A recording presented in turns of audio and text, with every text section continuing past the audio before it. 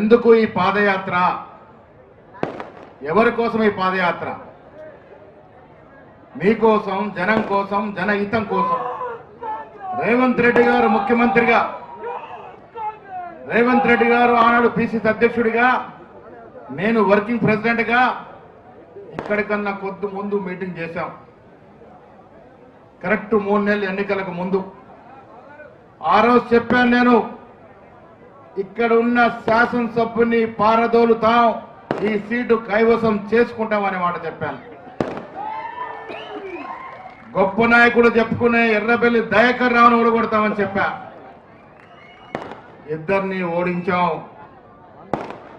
వరంగల్ జిల్లా రాజకీయాలకు అడ్డ. కాళోజీ నారాయణరావు, జయశంకర్ గారు, ఎందరో మంది మేధావులు, ఎందరో మంది రాజనీతిజ్ఞులు, పివి నరసింహారావు లాంటి ఆశ్రమించినటువంటి జిల్లా వరంగల్ జిల్లా. తుదకి మేటి నక్సలైట్లు కూడా వరంగల్ జిల్లా నుంచే వచ్చారని చెప్తూనే ఉన్నాను. వరంగల్ జిల్లా గడ్డకి ఆ పౌరుషం ఉన్న మాట వాస్తవం. మిత్రులారా, ఇవాళ రేవంత్ రెడ్డి గారు ముఖ్యమంత్రిగా 20 నెలల సమయంలో మీకిచ్చిన కార్యక్రమాలు, మీకిచ్చిన సంక్షేమం వల్ల మీరు తృప్తిగా ఉన్నారు, సంతృప్తిగా ఉన్నారనే మాట నాతో మీరు పాదయాత్ర చేస్తున్నప్పుడు మీ ముఖాల్లో చూసిన ఆనందం వల్ల తెలుస్తా ఉంది. ఆనాడు ఇచ్చిన ఉచిత బస్సు కావచ్చు, రైతు భరోసా కావచ్చు, రైతు రుణమాఫీ కావచ్చు, మొన్న ఇచ్చిన సన్న బియ్యం ఎవరు కూడా కలలు ఊహించుకోలే. పేద ప్రజలు సన్న బియ్యం తింటామనే మాట ఎవరు ఊహించుకోలే.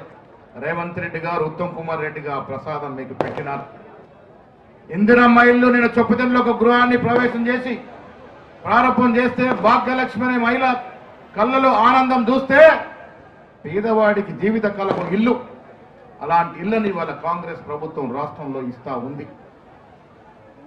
రేషన్ కార్డులు 10 సంవత్సరాలు మురిపించినాడు కేసీఆర్, ఒక్క రేషన్ కార్డు ఇవ్వలే. ఇలా రేవంత్ రెడ్డి గారి ప్రభుత్వం ఇస్తా ఉంది. ఇవన్నీ అందుతున్న తీరు తెలుసుకోవడానికే మీ వద్దకు వస్తా ఉన్నాం. మీరు సంతోషం వ్యక్తం చేస్తా ఉన్నారు, సంతృప్తిగా మేము కూడా పాదయాత్ర చేస్తా ఉన్నాం. పాదయాత్రతో కాంగ్రెస్ కి ఎనలేని బంధం ఉంది. గాంధీ మహాత్మ నుంచి మన రాహుల్ గాంధీ వరకు ఈ దేశంలో స్వాతంత్ర పూర్వం, స్వాతంత్రం తర్వాత పాదయాత్ర ఎన్నో చరిత్రాత్మక మలుపులు తిప్పినటువంటి సంఘటనలు ఈ దేశంలో జరిగాయి. ఎన్నికల ముందు రేవంత్ రెడ్డి పాదయాత్ర, భట్టి గారి పాదయాత్ర కూడా మీలో మార్పు తేవడానికి దోహదపడినటువంటి మాట వాస్తవం. మిత్రులారా, నేను రాజకీయాలు మాట్లాడటానికే వచ్చాను ఇవాళ. 10 ఏళ్ళు మనకు మోసం చేశాడా కేసీఆర్? లేదా,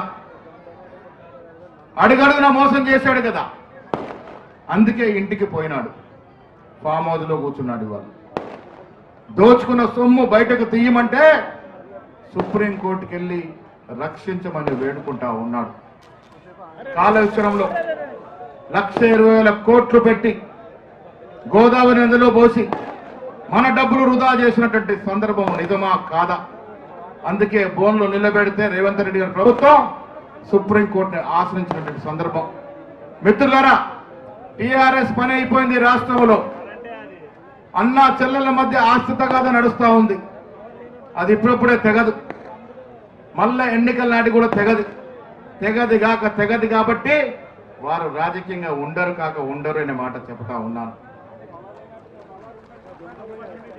ఇక బీజేపీ పార్టీ 3వసారి అధికారంలోకి రావటానికి ఓట్లు దొంగలించారనే మాట రాహుల్ గాంధీ గారు రుజువులతో సహా నిరూపిస్తే ఇది వాస్తవం, తప్పిదం జరిగిందని చెప్పాల్సిన election commission of India BJP అధికార పార్టీకి వత్తాసు పలుకుతా ఉంది.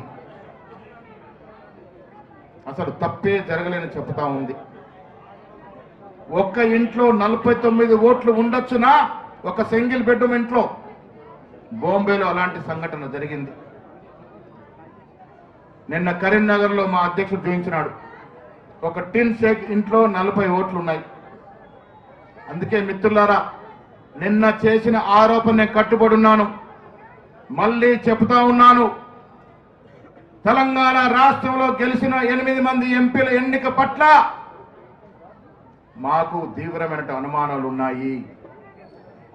ఇక్కడ కూడా ఈ 8 మంది ఎంపీలు ఓట్లు దొంగలించే గెలిచారని కుండలు బద్దలు కొట్టి చెప్తా ఉన్నాను నేను.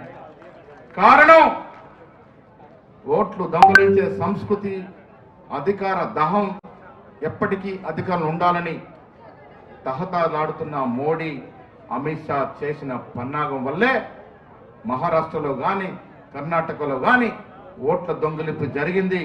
మహారాష్ట్ర అసెంబ్లీ ఎన్నికల్లో మేము ఓడిపోతాం ఎట్లా? 6 నెలల ముందు జరిగిన ఎన్నికల్లో పార్లమెంట్ సీట్లను మేము గెలుస్తాం ఎట్లా? ఆ మధ్య 6 నెలల్లో 1 కోటి ఓట్లు జమ అవుతాయి ఎట్లా? ఇది ఎలక్షన్ కమిషన్ చెప్పాల్సిన బాధ్యత కాదా మిత్రులారా? నేను నిన్న ఆరోపణ చేస్తే మా అరుణక్క ఒక దిక్కు, మా తమ్ముడు అరవింద్ ఒక దిక్కు, ఈటెల రాజేందర్ ఒక దిక్కు మాట్లాడుతూ ఉన్నారు. మీ ప్రభుత్వం ఉంది కదా, ఎంక్వైరీ చేయొచ్చు కదా అంటున్నారు. ఎలక్షన్ కమిషన్ ఆఫ్ ఇండియా స్వయం ప్రతిపత్తి గల సంస్థ, ఏ ప్రభుత్వ ఆధీనంలో ఉండకూడదు. కానీ దురదృష్టవశాత్తు దౌర్భాగ్యం ఇవాళ ఎలక్షన్ కమిషన్ ఆఫ్ ఇండియా కూడా అధికార పార్టీ బీజేపీకి వత్తాసు పలుకుతున్నట్టు సందర్భం. ప్రజాస్వామ్యానికి విఘాతం ఇది. 8 మంది ఎంపీలు భుజాలు తడుపుకుంటా ఉన్నారు. ఇవాళ గెలిచిన తీరు పట్ల అనుమానాలు ఉన్నాయని మళ్ళీ చెప్తా ఉన్నాను. మా నిజామాబాద్ పట్టణంలో మహారాష్ట్రకు సంబంధించినటువంటి ఎంతో మందికి ఓట్లు నిజామాబాద్ పట్టణంలో ఉన్నాయి. వాళ్ళు మహారాష్ట్రలో ఓటేస్తారు, నిజామాబాద్ లో ఓటేస్తారు. ఒక పౌరుడికి 2 ఓట్లు ఉండొచ్చునా? ఇక్కడ గెలిచిన 8 మంది ఎంపీలు చెప్పాలి. చెప్పే పరిస్థితులు లేరు. నేను మళ్ళీ చెప్తా ఉన్నా, అనుమానాస్పదమైన ఎన్నిక ఈ 8 మంది ఎంపీలు అన్నమాట. రేవంత్ రెడ్డి గారి ప్రభుత్వం ఈ రాష్ట్రంలో కుల సర్వే చేసింది. రాహుల్ గాంధీ గారి కళని సాకారం చేసింది. 56.33% ఈ రాష్ట్రంలో బీసీలు ఉన్నారనే మాట ఒక అఫీషియల్ డాక్యుమెంట్ ఇవ్వగలిగింది. దాని తర్వాత 42% బీసీలకి రిజర్వేషన్ ఇస్తూ 2 చట్టాలు చేస్తే కేంద్రం మొఖాలడ్డేసి 4.5 మాసాలుగా కేంద్రం వద్ద పెండింగ్ లో పెట్టుకుని ఉంది. నేను కిషన్ రెడ్డి నిన్ను అడిగా, ఇవాళ కూడా అడుగుతా ఉన్నా, ఎందుకు ఇంత అక్కసు మీకు బీసీల మీద అని. ఒక రెడ్డి బిడ్డ అయిన రేవంత్ రెడ్డి గారు కుల సర్వే చేయంగా లేనిది, 2 చట్టాలకు బీసీలకు ఇవ్వాలంగా లేనిది, నీకెందుకయ్యా కడుపు నొప్పి అనే మాట మాట్లాడుతా ఉన్నా. నీకు భయపడి ఇలా బండి సంజయ్ గాని, ఈటెల రాజేందర్ గాని, లక్ష్మణ్ గారు గాని, అరవింద్ గారు గాని, మా బీసీ ఎమ్మెల్యేలు కూడా కనీసం బీసీ రిజర్వేషన్ గురించి మాట్లాడతలేరు. ఇంత భయం గుప్పిట్లో ఎందుకు ఉంటారని అడుగుతా ఉన్నాను మా బీసీ సోదరులను. పదవంటంత భయమా? ఎందుకు మీరు బీసీ ప్రధానమంత్రిగా చెప్పుకునే మోడీ వద్దకు వెళ్ళి మా రాష్ట్రంలో కాంగ్రెస్ ప్రభుత్వం బేసిక్ 2 చట్టాలు తెచ్చింది, వీరికి చట్టబద్ధత ఇస్తామని చెప్పే స్థితిలో ఎందుకు లేరు మీరు అని అడుగుతా ఉన్నాను. మీరు చెప్పే స్థితిలో లేనప్పుడు మీరు బీసీగా చెప్పుకునే హక్కు మీకు ఎక్కడదని అడుగుతా ఉన్నాను. అందుకే నేను బండి సంజయ్ గారిని దేశ్ముఖ్ అనే మాట నిన్న ఒక మీటింగ్ లో చెప్పినాను. పుట్టుకతో బీసీ అయితే మాత్రం కాదు, మన గణంలో ఉండాలి, మన అలవాట్లో ఉండాలి, మన రాజనీతిలో మన చేసే విధానంలో బీసీ విధానాలు ఉండాలి. అప్పుడే బీసీ నాయకులుగా చెప్పుకుంటాం. నేను ఇవాళ రేవంత్ రెడ్డిని కూడా ఒక బీసీ నేతగా పలకరిస్తాను. దానికి కారణం బీసీలకు 2 చట్టాలు ఇచ్చినాడు కాబట్టి. మరి మీరు బీసీలుగా పుట్టి బీసీలుగా నాయకత్వం అలటింప చేసుకొని బీసీలుగా ఎదిగి ఇలా బీసీలకు రావాల్సిన హక్కుల్ని కాల రాస్తా ఉంటే వచ్చే తరాలు మిమ్మల్ని ఎట్లా క్షమిస్తాయి? ఏం ముఖం పెట్టుకొని మీరు వచ్చే తరాలకు జవాబు చెప్తారు అని నేను ఈ బీజేపీ బీసీ ఎంపీల్ని, బీసీ ఎమ్మెల్యేని అడుగుతా ఉన్నాను. మాట అంటే ముస్లిం గురించి మాట్లాడతారు, అదొక నెపం. ముస్లిం పేరు చెప్పి బీసీలకు వచ్చే రిజర్వేషన్ అడ్డుకోవాలని కుటిల యత్నం బీజేపీ పార్టీ చేస్తా ఉంది. అలా మిత్రులైన కాంగ్రెస్ ప్రభుత్వం, కాంగ్రెస్ పార్టీ, ఖర్గే గారు, సోనియా గాంధీ గారు, రాహుల్ గాంధీ గారు, ఈ రాష్ట్రంలో రేవంత్ రెడ్డి గారు, భట్టి గారు, మేమందరం కూడా అట్టడుగున్నటువంటి బీదవాని కోసమే పనిచేయాలని తపనతో ఉన్నాము. అదే ధ్యేయంగా ముందుకు వచ్చాము. ఇలా రేషన్ కార్డు ఎందుకు ఇస్తా ఉన్నాం? రేషన్ కార్డు అనేది బీదవాళ్ళ జీవితంలో ఎన్ని మలుపులు తిప్పుతుందో మాకు తెలుసు కాబట్టి, రేషన్ కార్డు వల్ల ఎన్ని లబ్ధులు పొందుతారో మాకు తెలుసు కాబట్టి, గరీబోడికి ఇల్లు అనేది ఒక జీవిత కళ. ఆ కళ సాకారమైనప్పుడు ఆ గరీబ్ వ్యక్తి కళ్ళలో ఎంత ఆనందం వస్తుందో మాకు తెలుసు కాబట్టి, కాంగ్రెస్ పార్టీకి తెలుసు కాబట్టి ఇలా రేవంత్ రెడ్డి గారి ప్రభుత్వం ఇల్లు ఇస్తా ఉంది.